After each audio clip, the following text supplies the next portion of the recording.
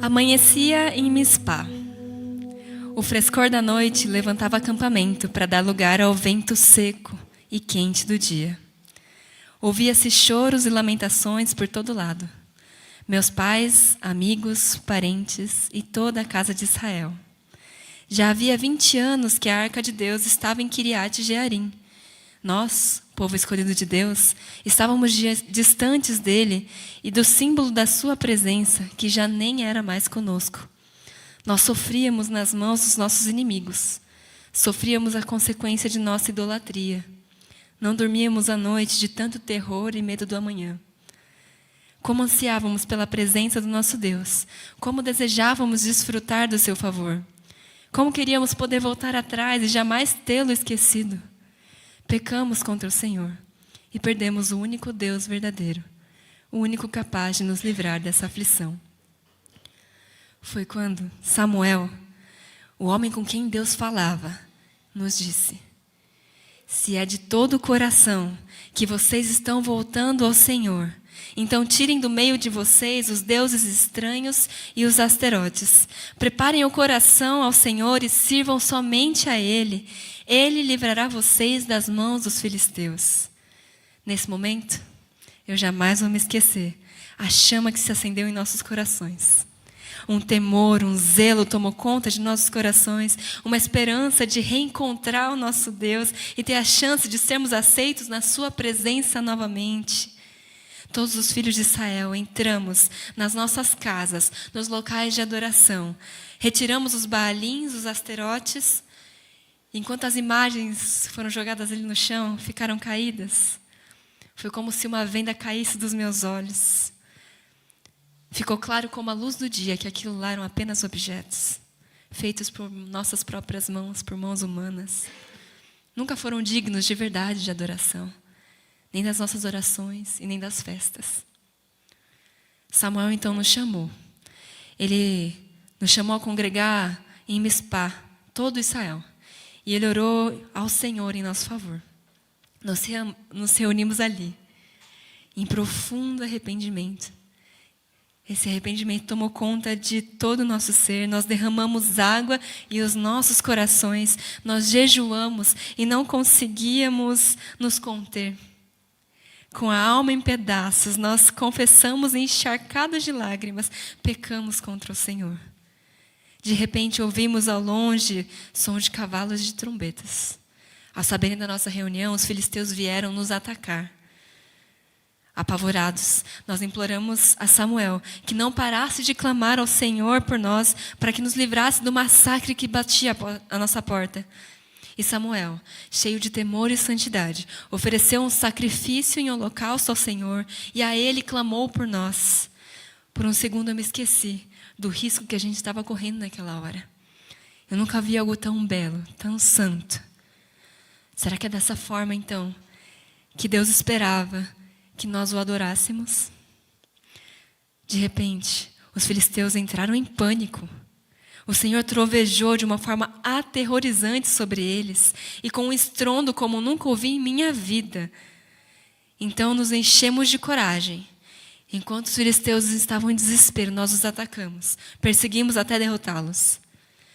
Então Samuel pegou uma pedra e a pôs entre Mispá e Sem. Deu-lhe o nome de Ebenezer e declarou em alta voz: até aqui nos ajudou o Senhor. O meu coração se aqueceu. Nós não merecemos. Mas mais uma vez o Senhor voltou a ser favorável ao seu povo. Até aqui o Senhor nos ajudou, sustentou e defendeu. Aleluia. Essa é uma possível forma de a gente ver a história que foi vivenciada pelo povo de Israel. Num marcante momento,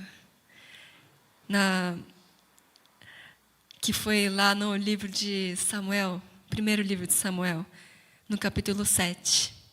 Assim, pelo menos foi o que eu imaginei, conforme eu me debruçava sobre esse livro, sobre essa história. E ela é muito emocionante. Ela cheira a esperança de um futuro melhor, de terra à vista depois de muito tempo no mar, sem ver terra seca. Muito tempo cercados por pecado, por distância de Deus, sem ver esperança de um dia voltarmos a ser o povo escolhido de Deus, o povo santo. E aí, então, a gente vê Deus agindo na história mais uma vez, tocando a história mais uma vez, misericordiosamente estendendo o seu favor a um povo arrependido. E ele usou, depois de anos de infidelidade, ele usou um homem importantíssimo para a nossa história, o profeta Samuel. A gente já encerrou a série de Juízes com a história de Sansão, que foi pregada pelo Dai. Vocês podem ver no YouTube toda a série. E a série de pregações intitulada Pecar é Humano e Salvar é Divino, ela então se encerra ali, mas a gente tem uma pregação bônus que é sobre a história de Samuel, que é o último juiz, que ele faz essa transição entre o período tribal de Israel, dividido ali, né, em tribos, e se torna então a monarquia, com a unção dos primeiros 6 de Israel. E Samuel, ele então continua aquele contexto que a gente viu até agora. Ele nasceu naquele contexto de Juízes, que o povo estava na Terra Prometida, mas sem ter destruído os povos que ali habitavam, então eles estavam se misturando. E aquilo estava sendo uma armadilha para eles. Eles começaram a cultuar os ídolos das nações pagãs, misturar-se, a ponto de tratarem a Deus como um amuleto. A gente vê em 1 Samuel também a história de que vieram os filisteus atacar, e aí o povo de Israel pensou assim, então vamos levar a arca de Deus e aí está tudo certo. Achando que era a arca de Deus que trazia vitória, como se fosse um amuleto. Mas eles descobriram que não é verdade. Deus defendeu a própria glória, a sua própria reputação. Mostrou que não tem ninguém que possa manipulá-lo. E Israel, então, estava com a mente toda deturpada. Não estava entendendo mais quem era o Deus que poderosamente, por vontade própria, tirou eles do Egito. Eles estavam com a cabeça maluca. Já não sabiam mais quem era o Deus deles. E como a gente viu ao longo de todas essas histórias de salvação, que, embora o pecado e a infidelidade sejam marca da nossa humanidade, o salvar é marca da pessoa de Deus. E Deus, ele tem o controle da história nas suas mãos, ainda que para a gente pareça que está tudo descontrolado, está tudo à mercê da maldade humana. Deus mostra o tempo todo que o controle está nas mãos dele. E então, mais uma vez, vai lá Deus defender o seu povo, a sua reputação e a sua glória. Ele faz isso dessa vez usando Samuel como seu instrumento. E ele provê para o povo, naquele momento, aquilo que ele precisava. A gente vê aqui Deus provendo um profeta, no meio de um tempo de escuridão espiritual. Israel passava por um período que o Senhor raramente se comunicava com o povo. A gente vê lá em 1 Samuel 3:1. Diz assim, naqueles dias raramente o Senhor falava e as visões não eram frequentes. Era um momento que eles estavam precisando de orientação, mas eles não tinham a quem recorrer. A liderança espiritual também estava corrompida e também estava surda. É como se a gente tivesse sede, aí está faltando água na cidade, a gente vai lá para Poá. A gente vai lá na fonte de Poá e a gente chega lá com a nossa garrafinha e fala, por favor, eu quero um pouco de água. Aí ali chegam os mais altos responsáveis e falam assim, aqui também não tem água faz tempo. É como a gente ser largado no meio da mata sem nenhuma bússola. Como que eles iam ouvir a voz de Deus, se nem os líderes espirituais da nação estavam tendo ouvidos? E a esse povo, então, sedento pela voz de Deus, Deus levanta um homem que o serviu de coração, Samuel, que foi consagrado desde o ventre da mãe dele, para ouvir o Senhor chamando pelo nome e para ser porta-voz dele à casa de Israel, que então voltou a receber instruções do Senhor e reconheceu isso. A gente vê lá em 1 Samuel 3:19-21. O Senhor estava com Samuel enquanto ele crescia e fazia com que todas as suas palavras se cumprissem. Todo Israel, de Dan até Berseba, reconheciam que Samuel estava confirmado como profeta do Senhor. O Senhor continuou aparecendo em Siló, onde havia se revelado a Samuel por meio de sua palavra. Deus, então, proveu para Israel um retorno a ouvir a sua voz, através de um homem. E o povo ele continuava, então, sob a opressão do inimigo, tendo as suas vidas, suas famílias colocadas em risco. e sendo uma tentação para se agarrarem aos deuses das nações pagãs. Então, Israel continuava precisando de um juiz, conforme a gente viu nas últimas pregações. Deus sempre levantava ali um juiz para libertar. E embora Samuel não fosse uma figura militar, ele não era o que liderou os exércitos, assim, com uma espada, que matou o líder dos filisteus, mas, mediante adoração e oração, o Senhor opera e Israel fica em paz novamente. A gente vê lá em 1 Samuel 7, 13 e 15. Assim os filisteus foram dominados e não voltaram a invadir o território israelita. A mão do Senhor opôs-se aos filisteus durante toda a vida de Samuel. Aí no verso 15, Samuel continuou como juiz de Israel durante todos os dias de sua vida. Então Deus levanta ali, mais uma vez, alguém para libertar o povo dessa opressão física, espiritual. E depois Samuel continua a julgar a nação, como mais até parecido com o que a gente entende hoje como juiz, né? Julgando as questões do povo. E o interessante daqui é que Samuel, assim, era inconfundível. Não tinha nem como alguém se confundir achando que foi Samuel que libertou o povo, né? Que nem a gente viu em outros líderes, outros juízes, que eles mesmos, com as próprias mãos, mataram ali os líderes, tinham sua espada, tinham a força que Sansão tinha. Samuel simplesmente clamou ao Senhor, e foi o Senhor que fez ali. O povo não tinha como se confundir. E esse povo também estava necessitado de sacerdote. Porque a gente vê ali, no comecinho de 1 Samuel, quem estava na liderança espiritual, quem eram os sacerdotes naquela época, era Eli e a sua família, os seus filhos Ofni e Finéias. Mas, como fruto do próprio tempo, né, eles não tiraram da própria cabeça, eles vieram ali de um tempo de mistura e de idolatria. Eles também tinham a sua mente dividida, a sua mente tomada pelo espírito da época. E então eles, embora servissem no templo do Senhor, não tinham temor de Deus. Ofni e Finéias, inclusive, eles recebem uma afirmação que é muito triste. A Bíblia fala assim que eles não se importavam com o Senhor. Eles deturpavam ali, as pessoas iam oferecer sacrifícios e aí eles mesmos tomavam as partes melhores para eles próprios, como se eles não estivessem lidando com algo santo. Esses eram os que estavam ocupando a posição e serviço de sacerdócio em Israel. E a eles foi dada a seguinte palavra, que está lá em 1 Samuel 2,30. Portanto, o Senhor, o Deus de Israel, declara: prometi à sua família e à linhagem do seu pai que ministrariam diante de mim para sempre. Mas agora o Senhor declara: longe de mim tal coisa. Honrarei aqueles que me honram, mas aqueles que me desprezam serão tratados com desprezo. E assim a gente vê, depois de alguns capítulos, a morte desses que achavam que não teria nenhuma consequência.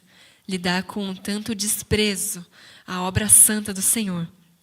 E Deus, então, defende a própria honra, defende a santidade do seu templo, a santidade da sua pessoa e da adoração que lhe é devida. E então Deus levanta Samuel, que levou o povo não somente a ser liberto ali da opressão inimiga, não somente a ouvir instruções, mas se arrepender. Nós vimos ali no capítulo 7, o arrependimento, o lamento que tomou conta do povo de Israel por completo. E eles jogaram fora os ídolos. Gente, vocês fazem ideia do que é isso? Quando eu era adolescente, eu me juntei ali uma missão lá no sertão nordestino. Teve um acontecimento que me marcou muito. Lá no sertão nordestino, é muito fácil falar de Jesus, porque todo mundo é católico, todo mundo conhece. E então o nosso desafio é abrir a palavra e mostrar ali como só Jesus é suficiente. que não existe espaço para outras imagens, a gente não precisa de suporte. Jesus é o único, e nós podemos abrir mão das outras imagens. E teve uma equipe, a gente fazia evangelismo, né, indo de casas em casas, e a gente também fazia discipulado, né, a gente levava lá o livrinho e ia lá por uma semana ensinando a palavra para as casas que desejavam, né? E teve uma vez que a gente estava já na base e voltou uma dupla de projetistas, né, com um sacão assim cheio de imagens. Aí o pessoal até olhou e falou: Eita, nossa, eu tenho um monte de imagem aqui, Jesus me livre. Ele falou: não, é que a gente estava na casa e conforme a gente lia a Bíblia, a pessoa levantou da cadeira e começou a tirar tudo que tinha de imagem em casa. E aí entregou para a gente e falou: eu não sei o que eu faço. Eu entendi que eu não preciso dessas coisas. Maria é uma bênção, mas eu não devo mais idolatrá-la, né? Então, vocês podem levar para mim? E aí eles trouxeram um sacão. E tinham santos assim, desse tamanho, assim, que ficou no quarto dos projetistas, porque não sabiam o que fazer. Então, eles abençoaram o quarto e dormiram em paz. Mas como é especial isso que aconteceu em Israel. Isso que Samuel falou: se vocês realmente querem servir ao Senhor, livrem-se de tudo. E eles foram e se livraram. E tudo aquilo que estava ocupando espaço foi jogado ao chão, como era devido para, sei lá, uma cadeira. Ela está aqui no chão. Ela não é um objeto que a gente precisa adorar. E ali os objetos foram colocados no lugar de objetos e Deus no lugar de Deus. Isso é maravilhoso o que Deus fez através de Samuel. Ele foi um líder, então, muito importante para aquele tempo. Ele desfrutou de ouvir diretamente a voz de Deus, chamando, inclusive, pelo nome. Imagina que loucura, né? E ele, então, transmitia a Israel o que ele falava, o que Deus falava. Ele liderou a nação ao arrependimento verdadeiro. Mas ele era imperfeito e mortal, como cada um de nós. Por mais abençoado, por mais bênção que cada um de nós sejamos, nós somos imperfeitos e mortais. E por isso, não vivendo para sempre, Samuel precisava de sucessores, precisava de alguém para liderar o povo assim que o homem morresse. Mas os filhos dele não eram opção, porque eles não andaram nos caminhos de Samuel. Eles, inclusive, eram bem gananciosos, eles começaram a aceitar suborno do povo de Israel e perverteram a justiça, o que levou ao episódio em que Israel clamou por um rei. Mas Samuel, então, que foi tido não só em grande estima pelo povo, mas por Deus. Deus, inclusive, lá em Jeremias, ele fala assim: olha, se Moisés e Samuel clamassem, nem se eles clamassem, eu ia atender. Ou seja, Deus colocou eles assim: ó, nem se os meus queridinhos, imagina a Xia falando, nem se o Theo e o Natan pedir, difícil, né? Então, Deus amou Samuel. Ele foi tido em autoestima, mas ele não era suficiente nem para garantir que Israel ia dar continuidade a essa vida de santidade, e a começar pelos próprios filhos, que era o mínimo que ele podia fazer, né? Então, após a sua morte, a gente vê os reis que foram ungidos e os seus sucessores com algo muito parecido com o que a gente viu em Juízes. Ora, adorando a Deus, destruindo ídolos, ora se afundando em idolatria e desprezando a Deus. Mas o Deus é o mesmo, o Deus que defendeu a sua glória, defendeu a sua reputação e a sua adoração na época de Samuel. Ele continuou fazendo isso e tem controle sobre toda a história. Alguns pensamentos que a gente tem no mundo hoje, muito derivados do pensamento grego, acreditam que a gente vive em ciclos, né? São pêndulos. Então a gente fala, ora é o conservadorismo extremo, depois o liberalismo extremo e depois o conservadorismo extremo. Ora, a liberdade as drogas e depois a religião, é a família. E a gente, então, é tentado a pensar que não tem jeito, que vai ser sempre isso e que o que a gente está vivendo hoje é só parte desse pêndulo. Mas a história que Deus escreveu, ela é linear. Ela caminha inevitavelmente, progressivamente, para um fim glorioso, de redenção. E não só redenção do seu povo, mas redenção de todo o cosmos. Deus estava em Jesus Cristo, reconciliando consigo o mundo. E então vai chegar o dia que não haverá mais os corações divididos. Nós não vamos mais lutar contra a nossa carne. Nós não teremos mais, nós poderemos ter comunhão completa com o nosso Pai. E isso por quê? O Deus que proveu aquele tempo Samuel foi o Deus que proveu para nós eternamente o tão esperado e definitivo sacerdote redentor Jesus Cristo. Ele era também, a gente esperava por um profeta. E ele, além de ouvir a voz de Deus, além de fazer só aquilo que via o Pai fazer, ele era a exata expressão do seu ser. Ele era o próprio Deus. Então, se aquele povo daquela época podia ouvir Samuel falando por Deus, o povo que viveu com Jesus, os seus discípulos, podiam ouvir a voz física de Deus falando aos seus corações. Eles podiam se reclinar no peito do próprio Deus, do Criador de todo o universo, por meio de quem todas as coisas foram feitas e subsistem. Isso é muito maluco, né? Muito doido pensar isso. E, então, se a gente quer ouvir a voz de Deus, nós podemos ler na palavra o que Jesus disse. A gente não precisa mais ficar assim, por favor, Pastor Joel, o que Deus está falando? A gente tem a Bíblia. O pastor Joel estuda, o pastor Mateus estuda. A gente faz seminário para isso, né? Para aprender a ler a palavra, porque aqui está a verdade. Não nas pessoas, mas a verdade ela já foi revelada a nós. E nós temos, então, a voz de Deus na nossa leitura bíblica, no nosso momento devocional, em que Deus fala de forma pessoal conosco. E se o povo de Israel estava precisando de um juiz para libertá-lo da opressão inimiga, para trazer uma paz física, trazer ali, realmente sustentar a vida, né? Jesus, ele também estava longe de ser uma figura militar. Graças a Deus, a gente tem em Jesus uma figura que, em vez de matar, para dar descanso e segurança ao seu povo, ele mesmo se entregou à morte em nosso lugar e a venceu eternamente. Se os juízos da época foram usados para livrar a morte física, Jesus tem algo incomparavelmente melhor, que é lá em João 11, 25, 26, a gente vê. Disse-lhe Jesus: eu sou a ressurreição e a vida. Aquele que crê em mim, ainda que morra, viverá. E quem vive e crê em mim, não morrerá eternamente. Você crê nisso? E Jesus, diferente daqueles sacerdotes que precisavam de um sucessor, ele é sacerdote na nova aliança.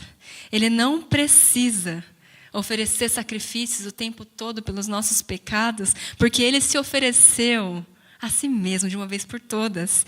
O véu que nos separava do lugar santo de adoração, de habitação de Deus, foi rasgado mediante Cristo. Nós temos acesso a Deus. A gente vai ler agora um trecho até que grande de Hebreus 7, 23 a 28. Ora, daqueles sacerdotes tem havido muitos, porque a morte os impede de continuar em seu ofício. Mas, visto que vive para sempre, Jesus tem um sacerdócio permanente, porque, portanto, ele é capaz de salvar definitivamente aqueles que por meio dele se aproximam de Deus, pois vive para sempre para interceder por eles.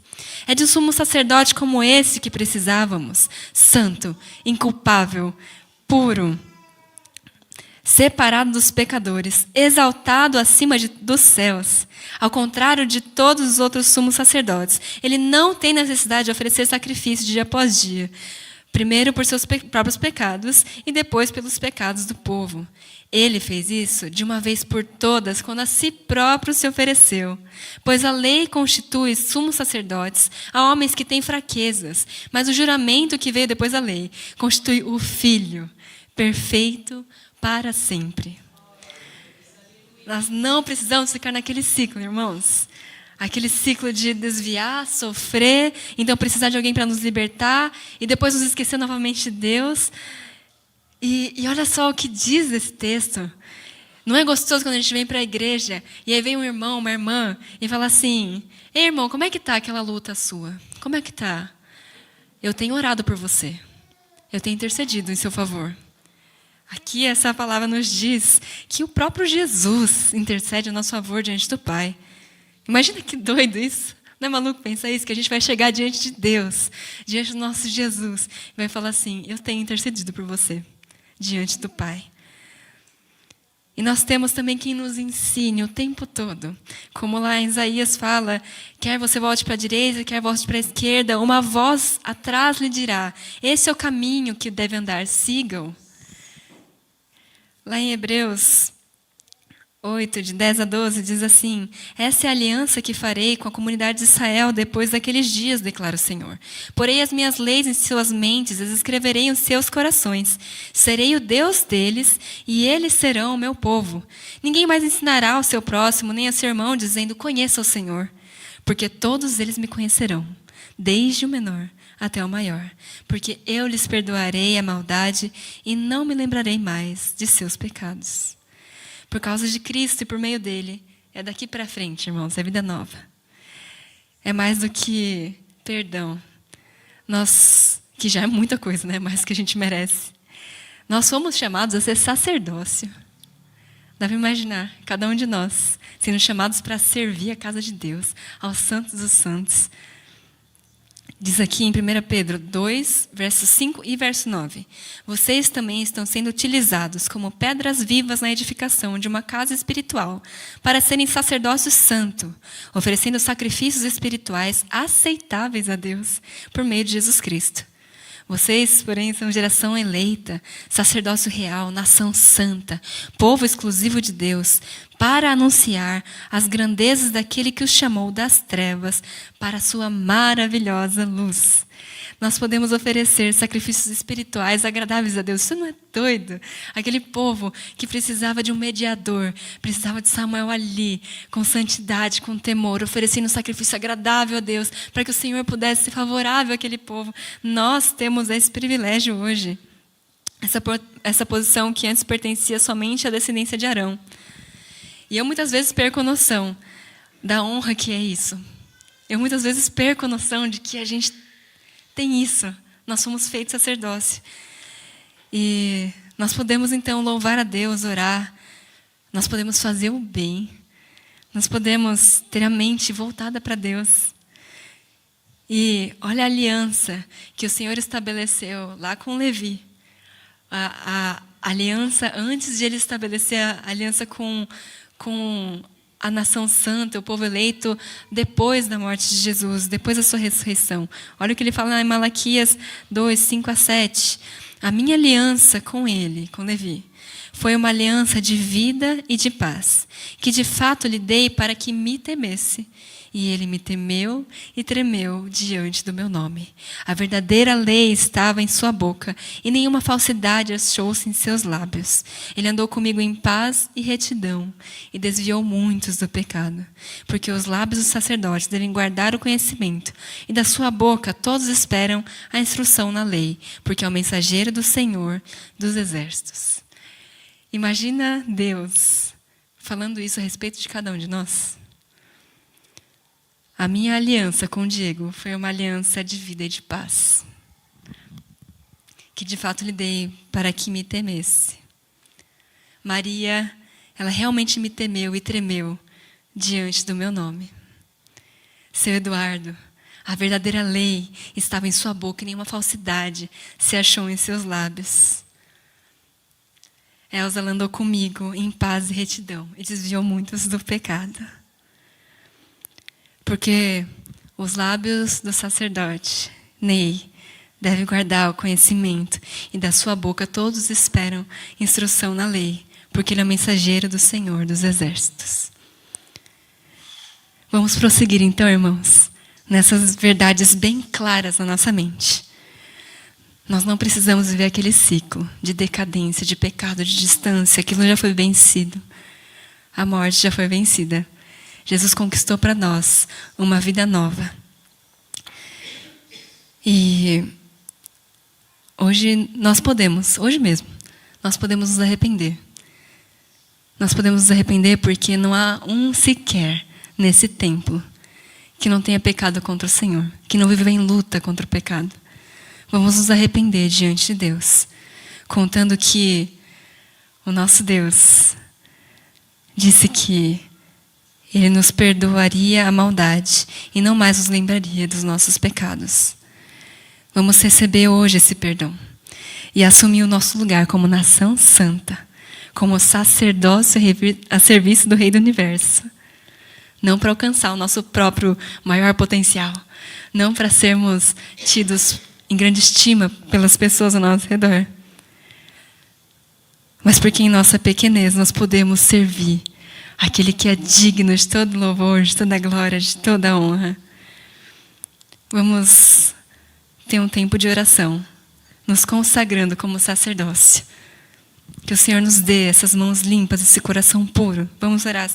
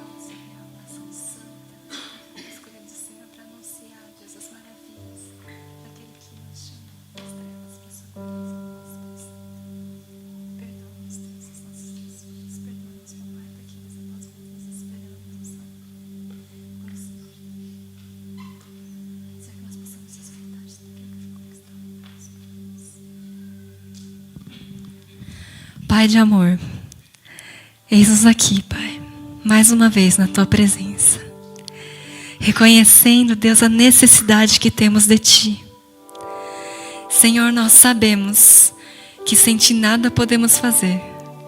Sabemos, Pai, que é pelas Tuas misericórdias que nos levantamos mais uma manhã. Senhor, e nós queremos fazer valer esse dia. Queremos fazer valer a nossa vida. Tão curta, papai, nessa terra.